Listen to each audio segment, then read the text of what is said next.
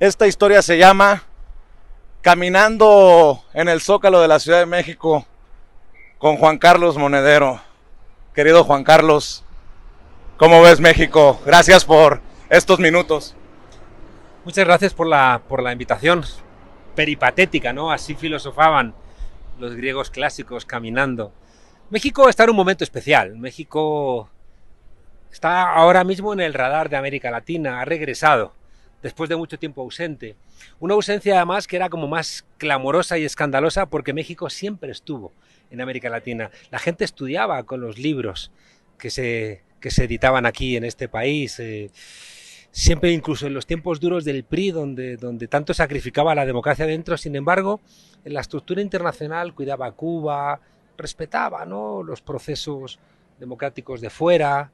México era a veces más importante democráticamente fuera del país que dentro. Pero hubo un momento en donde eso se torció y México empezó a entender que solamente le interesaba lo que pasaba en el norte, hasta el punto de que toleró que le hicieran un muro que separaba el continente, donde la carretera panamericana era frenada, ¿no? Y ahora, en cambio, está regresando. Y por tanto, regresar a México es regresar a América Latina. Y eso siempre es hermoso. ¿Qué te pasa por la mente, Juan Carlos Monedero, cuando nos paramos aquí en el Zócalo? Ves la imponente bandera mexicana, al fondo Palacio Nacional, en donde dice el presidente Andrés Manuel López Obrador, gobierna el pueblo. ¿Qué te pasa por la mente? Fíjate que seguramente esa bandera influyó al presidente de la derecha española, José María Aznar, para hacer una bandera enorme también en la Plaza de Colón. Pero la diferencia está en que en España la bandera ha sido apropiada por la derecha y por la extrema derecha. No ves una manifestación a favor de la sanidad pública o de la educación pública o de las pensiones para la gente mayor con banderas de España. En cambio ves a las manifestaciones de la extrema derecha que no reconocen la democracia, que no reconocen al gobierno, llenas de banderas o reclamando golpes de Estado, y las ves llenas de banderas españolas. Aquí, en cambio, ustedes han sido capaces de identificar esa bandera con las mayorías. Veo esa bandera y recuerdo la frase de primero los pobres. Veo la manifestación del INE donde no hay banderas de México y veo la manifestación de la gente que apoya a López Obrador llenas de banderas de México. Y eso implica que hay una disputa por el país. Ustedes han decidido apostar por las mayorías y otros no. Y por eso me encuentro a gusto por estar en este país en un momento en donde el gobierno apuesta por lo mismo por lo que yo estoy peleando en España o lo que estamos peleando en otros países, en Europa o en América Latina o en América del Norte. Estamos peleando porque este momento de crisis del modelo neoliberal, este momento donde ya no son capaces de solventar los problemas con el cambio climático añadido, con las migraciones, con las guerras, bueno, se resuelva golpeando lo menos posible a las mayorías y haciendo ver a los poderosos que van a tener que ceder. Aquí ustedes tienen una herramienta que es ese palacio de gobierno, diciéndole a las mayorías, tienen ustedes que ceder porque el pueblo nos ha votado. En España también la gente ha votado un gobierno de izquierdas, pero tenemos eso, los gobiernos, el poder lo tienen ellos y no dejan de ejercerlo. Caminemos un poco, Juan Carlos Monedero, y reflexionemos sobre eso. Se ganó una elección en el 2018, pero el dinosaurio neoliberal sigue moviendo la colita y muchos pensamos que lo hace desde el Poder Judicial. ¿Así es? Hay una cosa que la izquierda nunca terminó de entender. Incluso llegó a creerse que la derecha estaba en contra del Estado y ese era un error profundo. Recuerdo escribir como profesor de teoría del Estado sobre eso, decir que el fin del Estado era una mentira. Lo que se estaba terminando era el Estado social, era el Estado benefactor, era ese Estado que cuidaba a las mayorías. Y en cambio lo que estaba poniendo en marcha a la derecha era un nuevo Estado, basado en el derecho, basado en los jueces, basado en una regulación internacional que ataba de pies y manos a los estados, de manera que al final daba igual lo que tú votaras, porque te venía la Organización Mundial del Comercio, el Banco Mundial, el Fondo Monetario Internacional, el SIADI, la Agencia de Pagos de Basilea, es decir, usted no puede hacer eso, porque entonces le estrangulo financieramente. Poco a poco los Estados Unidos nos hizo dependientes del dólar, ellos controlan los códigos SWIFT, ellos controlan la gestión del dinero mundial. Cuando alguien ha cuestionado el dólar, les han dado golpes de Estado o les han ejecutado, como pasó pues con Gaddafi, como pasó con Saddam Hussein, en su crítica también, ¿no?, a Hugo Chávez en su momento. Cualquiera que cuestione el dólar como moneda de intercambio mundial es señalado por los Estados Unidos. Ahora mismo que Lula está resucitando la idea de una moneda común latinoamericana, Lula, igual que Petro, pues igual que López Obrador, pasan a estar en la diana, ¿no?, en el punto de mira norteamericano. Yo creo que estamos en un momento de cambio. Estamos en un momento de inflexión. Estamos en un momento donde lo viejo no termina de marcharse y lo nuevo no termina de llegar. Y decía Gramsci que en ese momento surgen los monstruos. Y ahora estamos en mitad de un momento donde se nos pueden llenar nuestros países de monstruos. Me decías, Juan Carlos, de que nos podemos llenar de monstruos y uno se preguntaría, esos monstruos no lanzan pelotas con la izquierda, sino con la derecha. Sí, y además visten de toga. Igual que también se enmascaran como periodistas independientes o como policías. Que resulta que al final son los policías los que se inventan pruebas contra los demócratas. Estamos en un momento complicado, ya digo, lleno de monstruos, porque el poder durante el último medio siglo, bueno, ha dado de comer a la gente que obedecía. Roma paga bien a sus traidores, o por lo menos les paga regularmente, aunque no les pague bien. Mientras que siempre la propuesta de cambio genera fatigas, genera por lo menos un intervalo donde hacen falta muchos sufrimientos, ¿no?, hasta que llega la democracia y la gente puede otra vez, ¿no?, desarrollar su vida dignamente. En España, una diputada que está siempre en la frontera entre la derecha y la extrema derecha dijo que el último valladar, el último muro frente al gobierno del PSOE con Unidas Podemos iban a ser los jueces. Porque consideran que cuando gobierna la izquierda les están robando lo que les corresponde, porque como siempre han gobernado, da igual que fuera la derecha supuesta o la izquierda supuesta, ¿no? Que fuera el PRI, que fuera el PAN, que fuera el PP, que fuera el PSOE, siempre son bipartidismos que son conservadores, donde uno hace un papel un poquito más conservador y uno hace un papel un poquito más progresista, pero los dos son profundamente conservadores. Y cuando vienen nuevas fuerzas políticas, sea Morena, sea Podemos, sea, no sé, la Colombia Humana, sea el correísmo, sea el MAS de Evo Morales, siempre consideran que le están usurpando el poder, y además siempre con esos tintes clasistas y racistas, ¿no? Los pobres los pata en el suelo, los negros, los indios, porque en el fondo hay una historia de clasismo, ¿no? Ellos les molesta profundamente vernos en los sitios que creen que les corresponden. Incluso hacen el intento de reubicar los espacios que son del pueblo. Por ejemplo, si el Zócalo se convierte en un espacio de reivindicación popular, van a hacer todo lo posible por intentar ocupar el Zócalo. Ahora, eso sí, que no te vean a ti en el Palacio del Hierro, porque van a decir, ¿usted qué hace aquí? O en un restaurante que creen que les pertenece, porque dicen, ¿usted qué hace aquí? No, ellos pueden estar donde quieran porque creen que México les pertenece, igual que creen que España les pertenece. El problema es que los jueces, que en la estructura de un país son los que tienen que garantizar la división de poderes, los jueces que son los que tienen que vigilar al vigilante, cuando de repente se ponen del lado de ellos es terrible. ¿Y qué haces? ¿Qué haces cuando de repente al mismo tiempo que condenan a García Luna por ser el jefe de los narcos, el que tenía que ser el jefe de los que cuidaban a los mexicanos y mexicanas, ese mismo día los jueces le liberan las cuentas a su mujer? O sea, están diciendo el tribunal norteamericano que es un señor que ha estado enriqueciéndose con el narco, que tiene mansiones imposibles de pagar con su sueldo, y a su mujer le liberan las cuentas. ¿Para qué? Para que las lleve a paraísos fiscales, o los jueces no ven delitos, donde cualquier persona de a pie ve comportamientos claramente delincuenciales y fraudulentos. Los jueces son un reducto del viejo poder, y los jueces, cuando se sienten asediados porque las evidencias les están diciendo, juzga y mete en la cárcel a los presidentes corruptos, a los secretarios de gobernación corruptos, a los secretarios de seguridad corruptos, a los partidos corruptos. Ten el coraje de ilegalizar a un partido que se ha convertido en una organización para delinquir, como le ocurrió al Partido Popular en España, como le ha ocurrido al PAN en México. Esos jueces que siempre han trabajado para esos sectores dudan.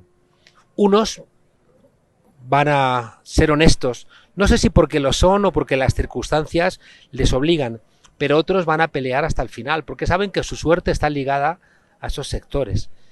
Y esos son los monstruos que identificó en los años 30 Gramsci y que hoy los tenemos habitando entre nosotros. Por eso nadie puede ponerse de lado. Si alguien piensa que simplemente puede ser un espectador y observar la realidad y simplemente opinar en virtud de un titular que lee en la prensa o un comentario en un informativo y que ese comentario simplemente le sirve como para exonerarse de mayor responsabilidad.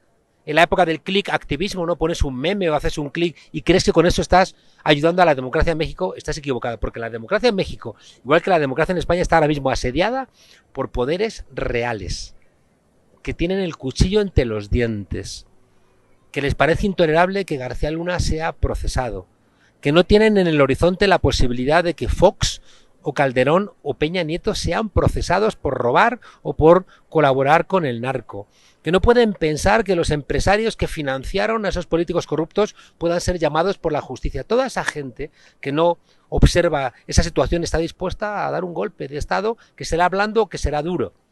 Por eso creo que es muy importante que todos los mexicanos, que todos los españoles le digan a los que se pueden portar mal, no lo hagan, porque si lo hacen nos van a tener enfrente.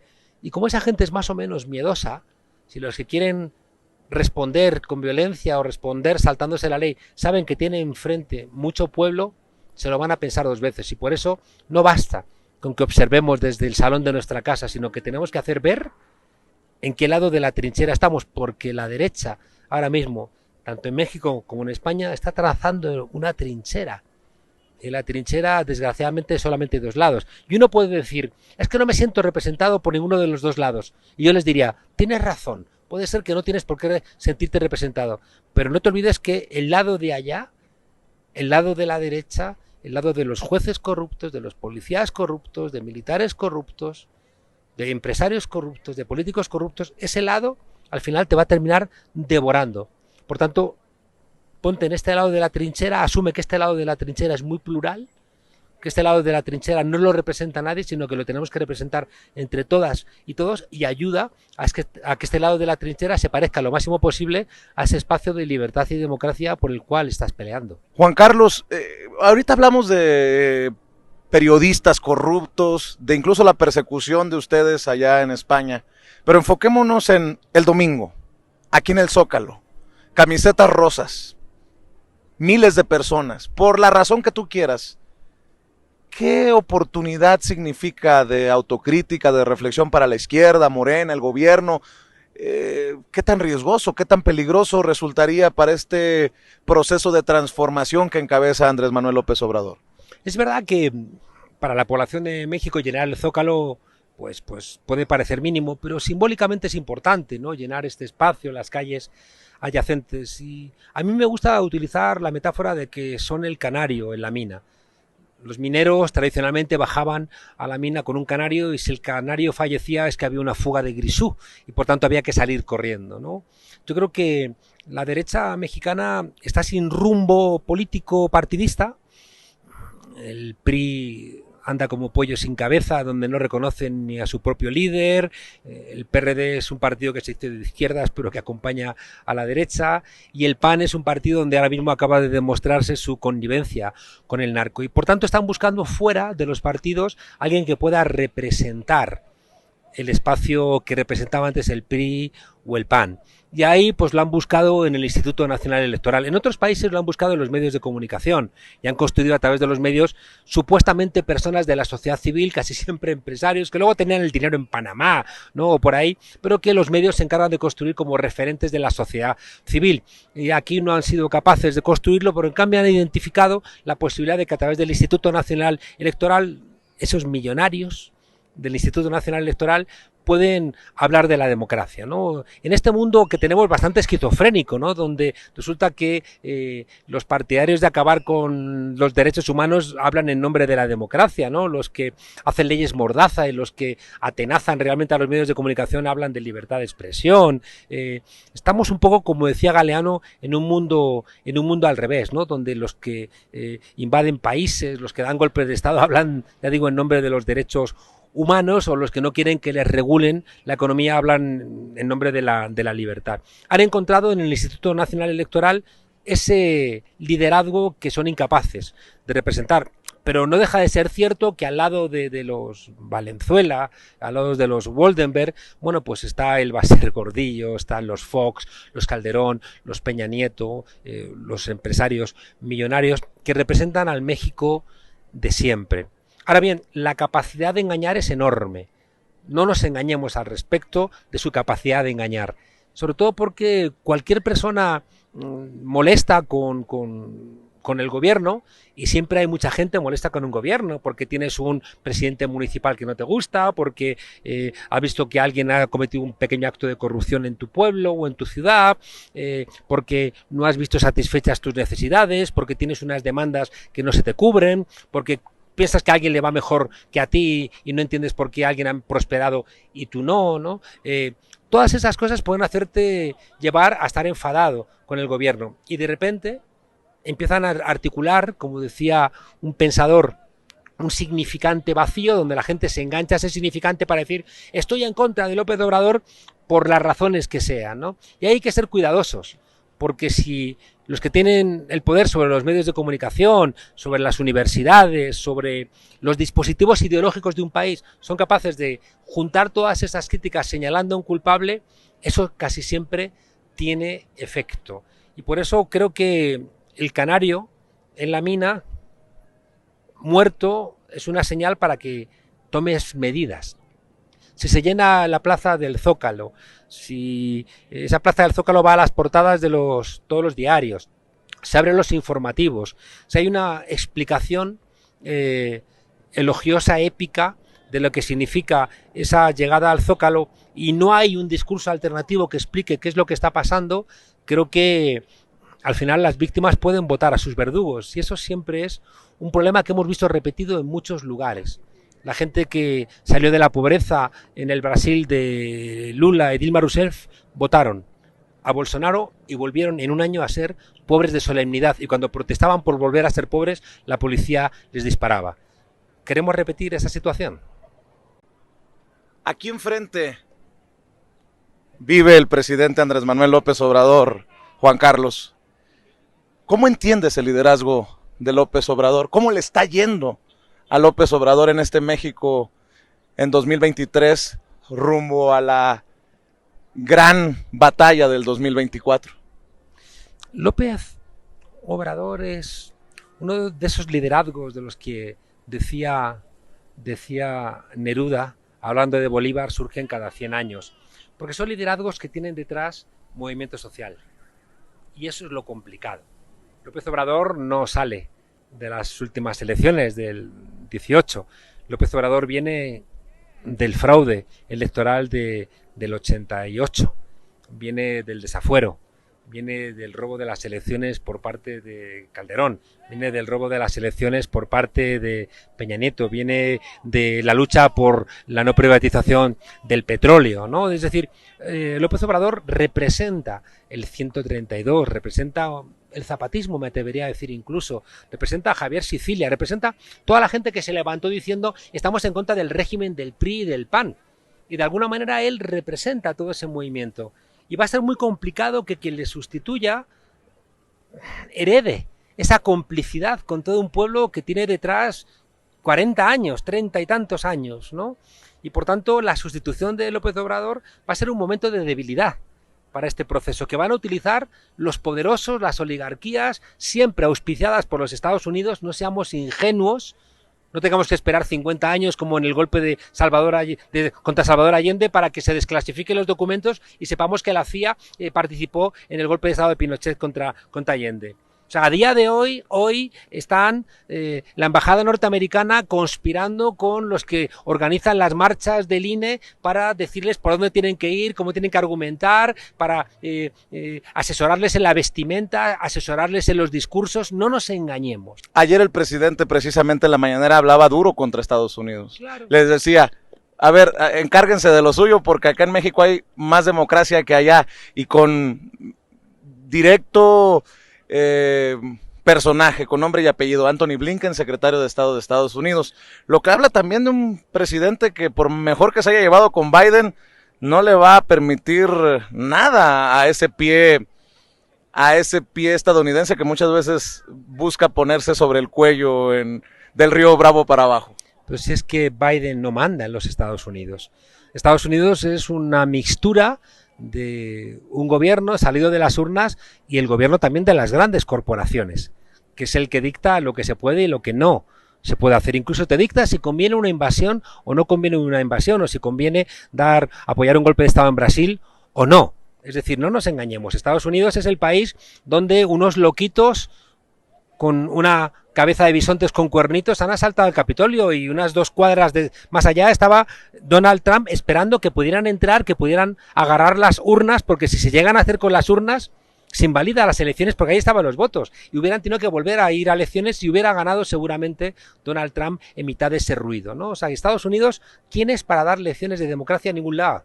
O sea, Estados Unidos, donde todos los días la policía mata a 3 ciudadanos norteamericanos, donde los negros no tienen derechos, donde los tribunales electorales están sacando a los latinos y a los negros de los espacios para que puedan hacer lo que le pidió en Georgia Trump al presidente, de que aparecieran 10.000 votos donde fuera, porque con eso ganaba el Estado y por tanto hubiera revertido a las elecciones. Estados Unidos es una democracia ahora mismo fallida. Basta ver las imágenes de los alrededores de Detroit, o lo que ocurre con la sanidad en los Estados Unidos. Tienen plata para poner en marcha guerras, pero no tienen plata para adentro. Leía el otro día una imagen de Ohio diciendo: queremos que los Estados Unidos nos declaren la guerra, a ver si nos mandan ayudas como a Ucrania, ¿no? Porque lo que funciona es una geopolítica donde ese capitalismo del Pentágono pues inyecta, ¿no? Lógica política a lo que es una lógica económica de ganar plata vendiendo armas. Estados Unidos, ¿quién es para decir lo que es democrático o lo que no es democrático? Porque el otro día en el Zócalo veíamos 2 cosas. Veíamos ese canario en la mina que demostraba que la extrema derecha y la derecha mexicana están buscando una salida en la crisis de los partidos, buscando un candidato a través del Instituto Nacional Electoral, del cual no van a decir que es un millonario ni que estuvo callado cuando los fraudes de Peña Nieto, cuando los fraudes de Calderón. ¿Dónde estaba el INE? No estaba. En cambio ahora se quiere declarar como la gran salvaguarda de la democracia. Pero ese mismo día, que no se está diciendo, aquí se pudo manifestar la derecha y la extrema derecha sin que hubiera ningún altercado. Y nadie está recordándolo eso. Es decir, sin represión. Sin represión de ningún tipo. O sea, no sin hubo los balazos que sí disparaban en los gobiernos del PRI y del PAN. Claro. Entonces, esa misma gente que dice esto es una dictadura, pero ¿cuándo en una dictadura tú puedes llenar la plaza del Zócalo y las calles aledañas con la policía cuidándote para que puedas manifestarte? Es una hipocresía absoluta. Y la gente decente tendría que reconocer, cuando menos, que pudieron venir aquí sin arriesgar nada, con su familia, con sus hijos, con los camiones viniendo de fuera, con la gente que le limpia en casa, que la trajeron también a manifestarse, con sus niños bien de los colegios privados y que estudian en los Estados Unidos. Todos pudieron venir aquí porque sabían que no arriesgaban nada. Luego llenaron los restaurantes caros de la zona y no les pasó absolutamente nada. En cambio estamos acostumbrados a que cuando gobiernan ellos y nos manifestamos nosotros, terminamos o golpeados o baleados o encarcelados o a veces desaparecidos, ¿no?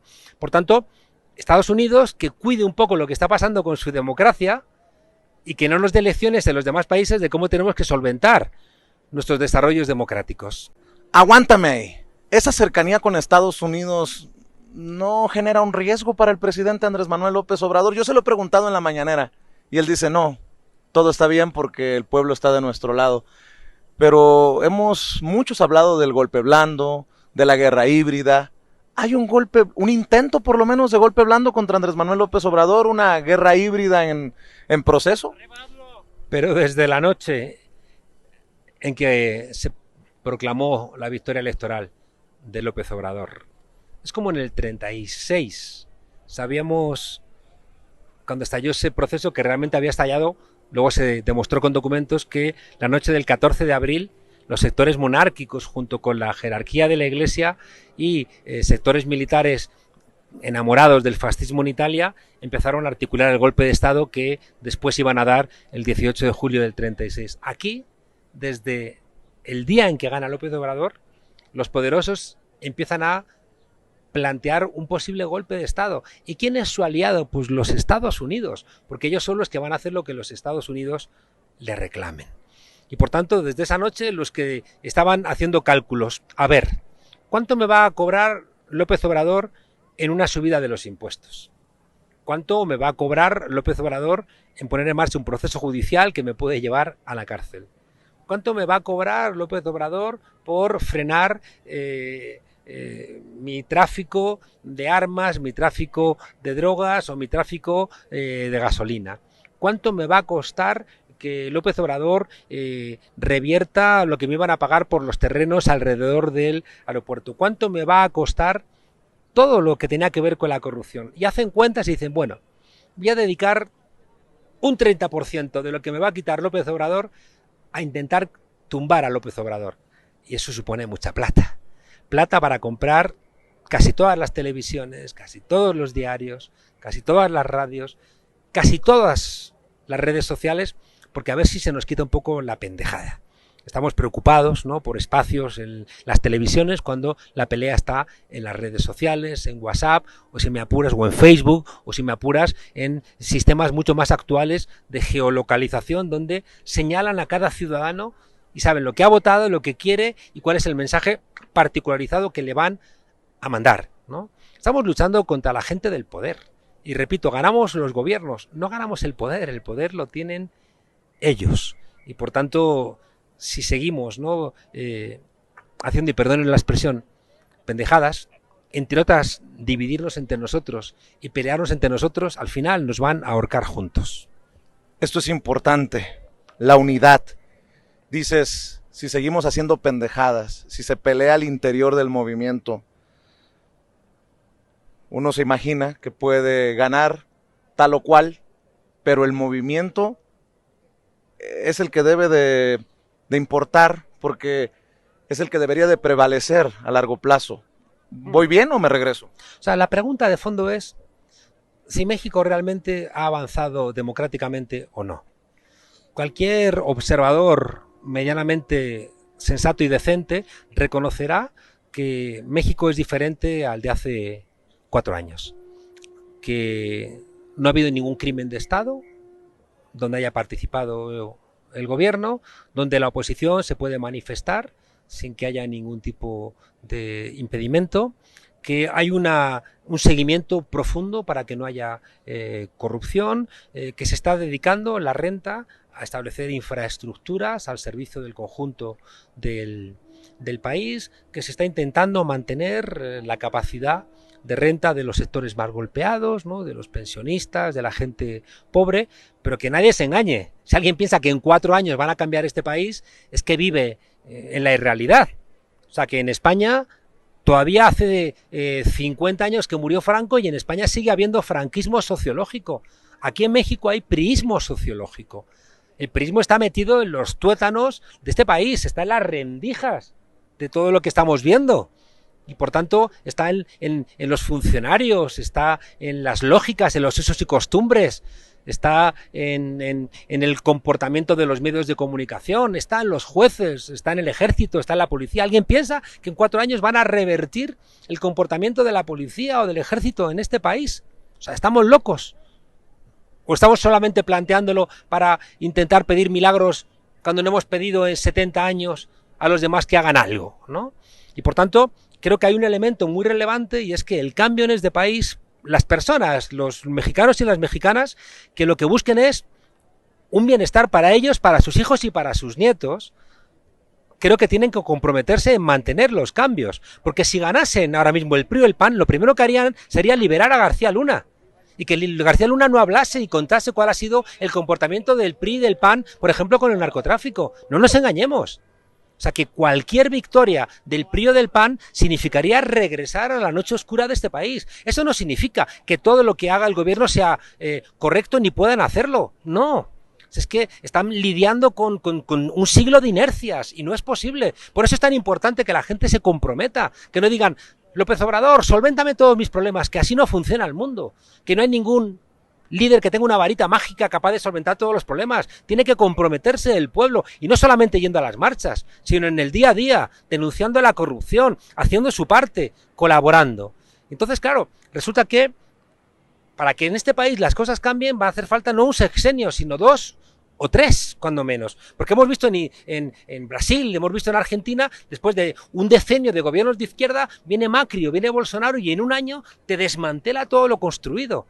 Y por tanto, para que esto realmente se consolide, para que no venga alguien del PRI o del MAN y te desmantele todo lo construido, aquí tiene que haber gobiernos de Morena, gobiernos del cambio, ¿no? Que no tienen que ser solamente de un partido, sino que gobiernos que representen esta transformación durante por lo menos, ya digo, 3 sexenios.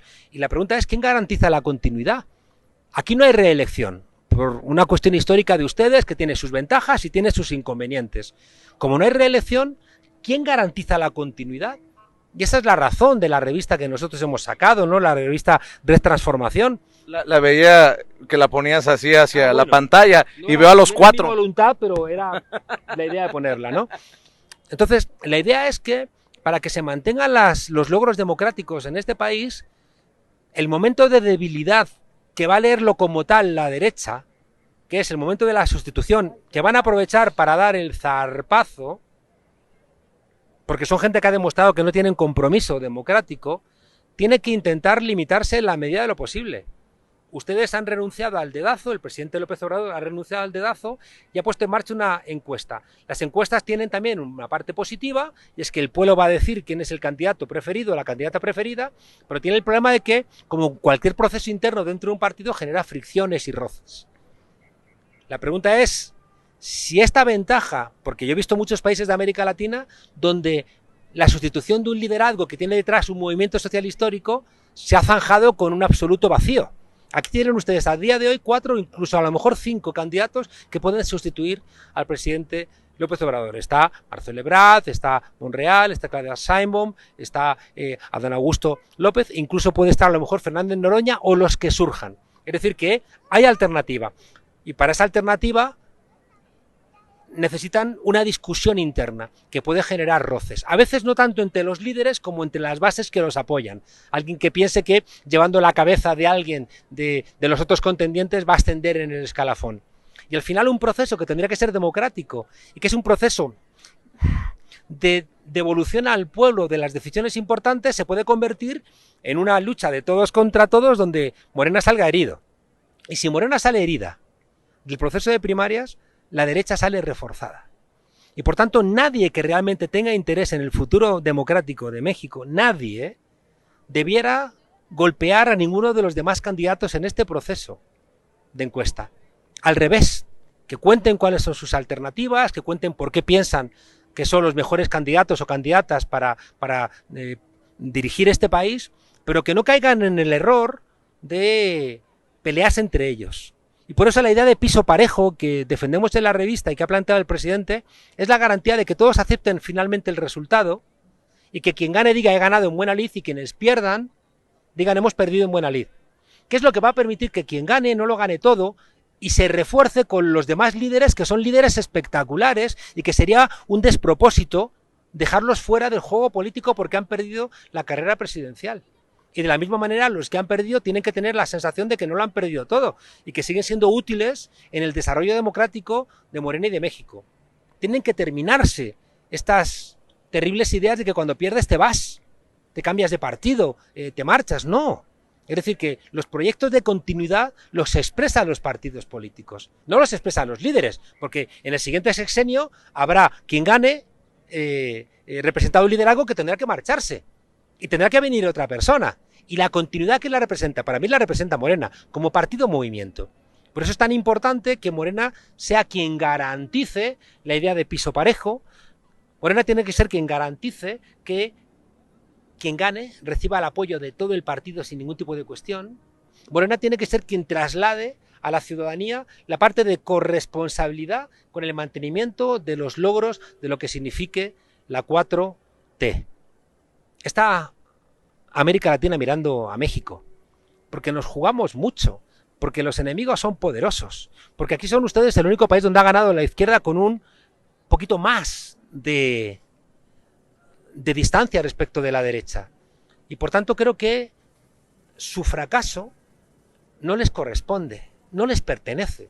Sería el fracaso de toda América Latina y también nos perjudicaría en Europa. Y por eso creo que es tan importante que las fuerzas de la izquierda, que es lo que explica que estemos aquí, que yo esté aquí, la victoria de un proceso virtuoso de la encuesta, de las primarias, va a ser una ventaja para la izquierda de toda América Latina y de todo el mundo. A ver si te entendí, Juan Carlos. Morena, el proceso de transformación en el 2024 no tiene derecho a fracasar. Es que no es un fracaso que le pertenezca, porque siempre nuestras victorias son estados de ánimo que van más allá incluso de nuestros propios países. Cuando ganó Syriza en Grecia, que era un país chiquito, nos llenó de alegría en todos nuestros países. Cuando gana Morena, cuando el presidente hace ese discurso sobre Bolívar, cuando invita a Díaz-Canel, sin querer defender el régimen cubano, simplemente diciendo Cuba es la dignidad del continente porque la han querido invadir y no lo han permitido. Cuando aquí se critica a la OEA como el Ministerio de Colonias norteamericano, cuando aquí se señala a Almagro, el secretario general de la OEA, como una persona que ayudó en el golpe contra Bolivia, cuando se defiende al presidente Castillo en Perú, cuando ocurren todas esas cosas, México se está convirtiendo en el referente de un imaginario colectivo que va más allá de México, que va más allá de Morena. Y el fracaso de Morena es un fracaso de todos nosotros y de todas nosotras. Por eso creo que tenemos derecho, si nos lo permiten, a decirles que tienen que esforzarse lo máximo posible para que este proceso no fracase. La crítica es obligatoria y la crítica tiene que venir de todos los países. Igual que el presidente López Obrador puede señalar a Dina Boluarte como una persona que está usurpando el gobierno de Perú, creo que el continente latinoamericano tiene derecho a señalar lo que está intentando hacer aquí la derecha. Tiene derecho también a señalar cuando crean, ¿no?, que hay comportamientos que no terminan de entenderlos desde perspectivas de izquierdas. El feminismo, por ejemplo, es continental, o me atrevería a decir es mundial. El feminismo no va a ser solamente una realidad de México, el feminismo es una realidad de todo el mundo, igual que el ecologismo. Entonces, creo que en el momento en que hoy México se está convirtiendo en un referente de la izquierda mundial, tiene también que saber que la izquierda mundial les está mirando para ayudarles y también para recordarles cuando piensen que hay algo que no se está haciendo bien. Muéstrame la revista, mi querido Juan Carlos. Bueno, la revista que se llama Red Transformación, que es una revista paramilitar en las ideas, tenemos una nueva etapa donde ahora mismo estamos intentando hacer valer el proceso democrático de la encuesta, como un proceso muy novedoso, un proceso, ya digo, lleno de aristas, porque son procesos a la interna de un partido donde todos los que quieran contender, pues están contendiendo contra gente de tu propio partido. No estamos peleando contra adversarios de fuera, sino que estamos disputando espacios desde dentro. Y eso puede hacernos enfrentarnos entre nosotros. Todos los procesos de primarias en todos los países del mundo pues terminan con aristas, con heridas, con cicatrices, o terminan también con celebraciones. Eso se logra cuando todo el mundo tiene la sensación de que ha habido piso parejo, donde todo el mundo tiene la sensación de que los demás contendientes han peleado en igualdad de condiciones, que nadie ha aprovechado ningún tipo de circunstancia para beneficiarse. Y eso hace que al final, ya digo, todos acepten el resultado de la persona que gane, los demás dirán, has ganado. Y la noche que se sepan los resultados, o el día que se sepan los resultados, ahí tiene que estar no solamente la persona que ganó, sino tienen que estar los demás corcholatas celebrando esa victoria y lanzando el mensaje a Morena y a México de que de este proceso de primarias han salido más cuadros cualificados para dirigir este país, porque será una persona solamente la que pueda sustituir a López Obrador, pero todos los que han contendido, todos saldrán como cuadros con capacidad de ser candidatos presidenciales, y eso es un lujo para este país, y eso hay que garantizarlo. Por tanto, yo le diría que todos aquellos que quieran primar la condición de su candidato, todos aquellos que quieran hacer méritos en su candidatura atacando a las demás candidaturas, todas aquellas personas que coloquen a su candidato o candidata por encima de Morena y por tanto por encima de México, esa gente no está trabajando para Morena. Esa gente podría estar en cualquier otro partido, que no tiene nada que ver con lo que significa de Renovación Democrática Morena. Por tanto, quien realmente quiera contender dentro de la lógica de lo que significa Morena para México y, repito, para el mundo, tiene que respetar los principios democráticos, tiene que contar a este país cuál es su proyecto de México, tiene que contar cuáles son las garantías para ponerlo en marcha, tiene que explicar cuáles son sus apoyos, cuál es su trayectoria, y que la gente entonces decida. Pero ya digo, en buena lid, y entender que todos los demás candidatos son compañeros y compañeras de partido. Gente que todos llevan 20 años en las calles peleando por lograr la democracia en este país. Y a ver si resulta que porque de repente hay ahora un proceso de primarias, los compañeros que han estado espalda con espalda aquí en este Zócalo, luchando contra el desafuero, contra la privatización del petróleo, contra el robo de las elecciones de Calderón, contra el robo de las elecciones de Peña Nieto, todos esos que éramos camaradas, compañeros, amigos, hermanos, espalda con espalda, ahora porque hay un proceso de primarias nos enfrentamos unos contra otros. Es una tentación muy humana, pero es precisamente la que hay que desterrar. Y si es verdad que México está dando ejemplos de democracia a América Latina, ojalá este sea uno de los ejemplos que nos legue la posibilidad de hacer un proceso de primarias que no debilite, sino que refuerce. Muéstrame la portada de la revista, Juan Carlos, porque es la portada, la fotografía la que también demuestra el piso parejo, ¿no? Sí, es decir, que es que la idea es una idea democrática. Por eso invito a toda la gente que nos escuche, que entienda que este proceso de encuesta es un proceso democrático, que participe. Te invito a ti, Vicente, que participes, ¿no? Colaborando en trasladar este mensaje de juego limpio, de piso parejo, de aceptar el resultado de la encuesta, de explicar el momento peculiar en el que está viviendo ahora mismo México, que explique también por qué la 4T tiene enemigos tan poderosos en los que antes trabajaban codo con García Luna o con otros corruptos, y que por tanto yo creo que defender un proceso de piso parejo en la interna, que ya no es de Morena, sino que es de los demócratas de México, creo que es una obligación de cualquier persona que quiera colaborar en este país. Y por tanto te invito a que me acompañes a recorrer el país y a discutir con la gente. Estamos invitando en todos los actos a representantes de todos los corcholatas, para que puedan expresar allí su idea y para que hagamos estas reflexiones conjuntamente. Y necesitamos gente de la sociedad civil como tú. ¿Has escuchado en México cuando dice uno, jalo? Pues sí. Que voy. Pues venga, ahí nos vemos. Bueno, pues ya, jalamos con esta propuesta de Juan Carlos Monedero, desde nuestra humilde trinchera de Sin Censura y las millones de personas que están suscritas a nuestros canales, para hablar precisamente de este piso parejo y de los riesgos, no solamente de las oportunidades históricas, sino de los riesgos históricos, porque a mí me asusta cuando hablas de esa derecha con el cuchillo entre los dientes, porque, híjole. Es que están ahí, es que los conocemos. En España, mira, en España recientemente se han hecho públicos audios de un comisario de policía que trabajaba con la derecha y que se reunía con jueces, se reunía con empresarios, con políticos, se reunía con otros policías, planteando inventarse pruebas contra Podemos. Esos están aquí, conspirando contra Morena. Están poniendo bombas hace 2 semanas contra Francia Márquez, en Colombia, contra la vicepresidenta colombiana. Son los que metieron en la cárcel sin pruebas a Lula da Silva, o asesinaron a Marielle Franco. Son los que están intentando que naufrague el gobierno de Alberto Fernández y están proclamando loas a la dictadura, otra vez en Argentina o en Chile. Por tanto, nos estamos jugando la democracia. Están nuestros países muy confrontados, y en un lado están los que estamos luchando con las posibilidades que tenemos a favor de la democracia, a veces al tiempo que caminamos atándonos los cordones, porque son situaciones inciertas, pero enfrente tenemos a los de siempre. Nosotros somos plurales, encontrándonos, aprendiendo a convivir, sindicalistas, con feministas, con gente humilde, con gente de diferentes sectores, ¿no? Y ellos, en cambio, son las familias de siempre, son los poderes de siempre, son los partidos de siempre. Y por tanto tenemos que encontrarnos, juntarnos.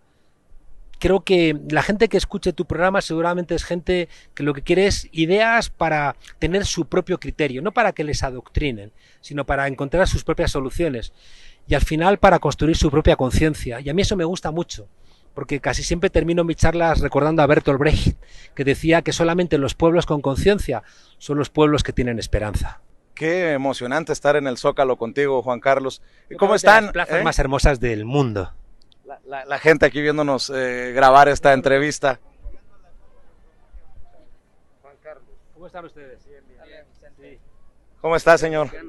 Me da mucho gusto saludarlos. ¿Cómo está? ¿Cómo le va? Sin censura, ¿eh? Eso. Echarle ganas, pues, yo quiero hablar algo, o sea, mire, yo estoy en contra de la pinche marcha esa del domingo y todo eso. Yo siempre he seguido a Obrador antes de que llegara al poder y todo eso. Yo soy de provincia y siempre lo queremos al cabrón, a Obrador. ¿Ya me lo cabroneó? No, pero de cariño, o sea, de cariño. Mire, escucha, ¿cómo se llama usted? ¿Cómo se llama usted? Reinaldo Godínez Hernández. Reinaldo, fíjate. Yo soy de Guanajuato y allá yo peleo con la gente de nosotros porque puro pan y pan con esos cabrones. Mira, los Reinaldos son el mandato popular de que no pendejeemos.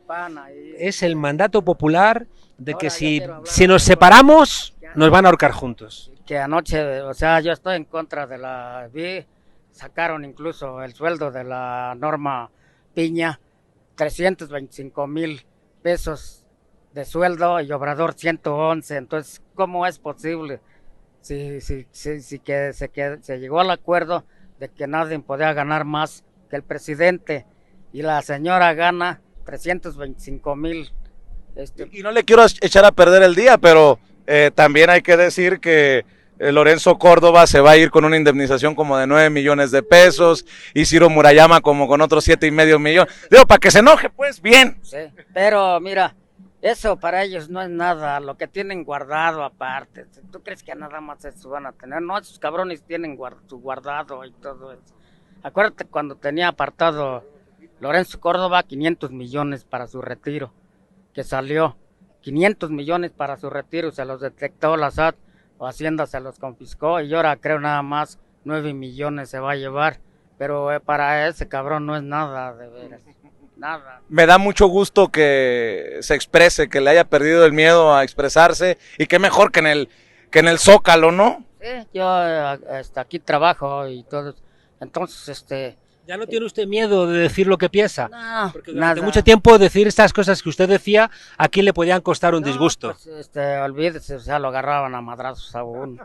Sí, de verdad no podías decir nada porque lo decías ahorita aquí y ya te estaban esperando ahí a un lado y todo. Ahora no, ahora puede decir uno lo que uno quiera. Uno, o sea, es libre expresión. ¿Cómo le está yendo a López Obrador? Muy bien, le está yendo.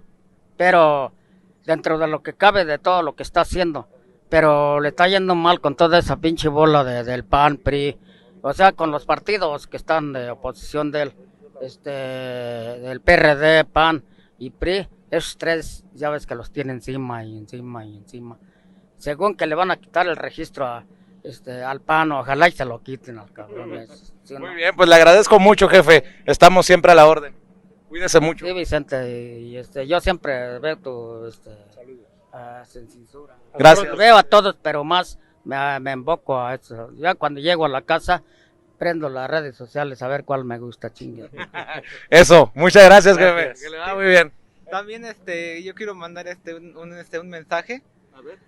Primero que nada, el presidente ha demostrado que los ricos también lloran, como lo vimos en la marcha de los señores del INE el 26 de febrero, que vinieron a hacer su marchita. Después de que se declarara que el PAN, incluso vinieron varias personas políticas, por lo que no se me hace a mí que es una marcha ciudadana, es una marcha política, es una marcha que está opacada completamente, entonces se pierde la credibilidad, ¿no?, de decir que es una marcha ciudadana. Estos señores lo único que hacen es golpetear, mentir, atacar a nuestro presidente porque saben que es el segundo mejor presidente de la historia de México y de hecho ya se va a hacer lo de la fábrica de Tesla. O sea, para los que decían, no, es que AMLO no quiere a los empresarios, no va a traer inversión extranjera y ahora se va a hacer la fábrica de Tesla en México. ¿Cómo te llamas? Mario. ¿Cuántos años De tienes? hecho, ya había venido antes. Tengo ¿Cuántos años tienes? ¿Cuántos? 15 años. Venga, ya. Más politizado que ¿Solo nosotros. tienes 15 años? Sí. Cuando yo tenía 15 años era tonto. Y tú eres ya una persona con criterio. Qué Pues envidia. sí, es que ahora sí, como lo decían, ¿no? Se dicen las cosas como son.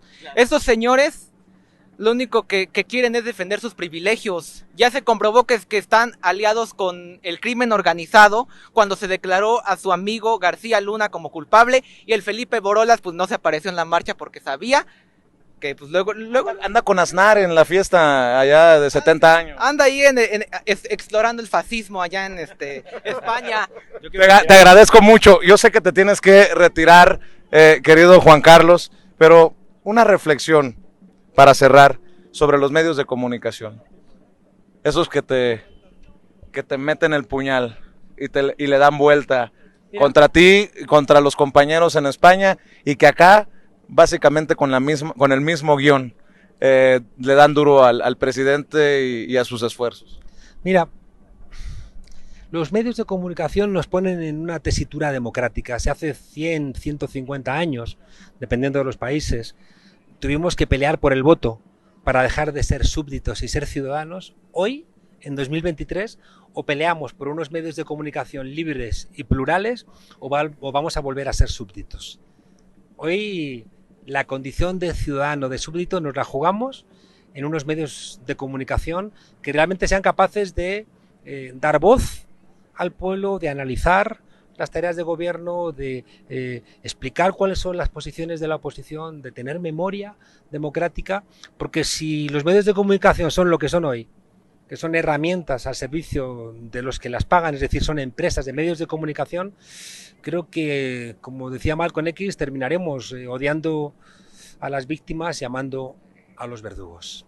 Y déjame Juan decirte Carlos, una última cosa, aquí en la plaza del Zócalo, donde esa catedral hermosa ocultaba, ¿no?, el mundo azteca. Yo entiendo que México tiene cuentas pendientes con España, pero me parece de una crueldad extrema que ustedes nos hayan mandado a Madrid a Peña Nieto, a Calderón y a Salinas juntos. Creo que han sobreactuado.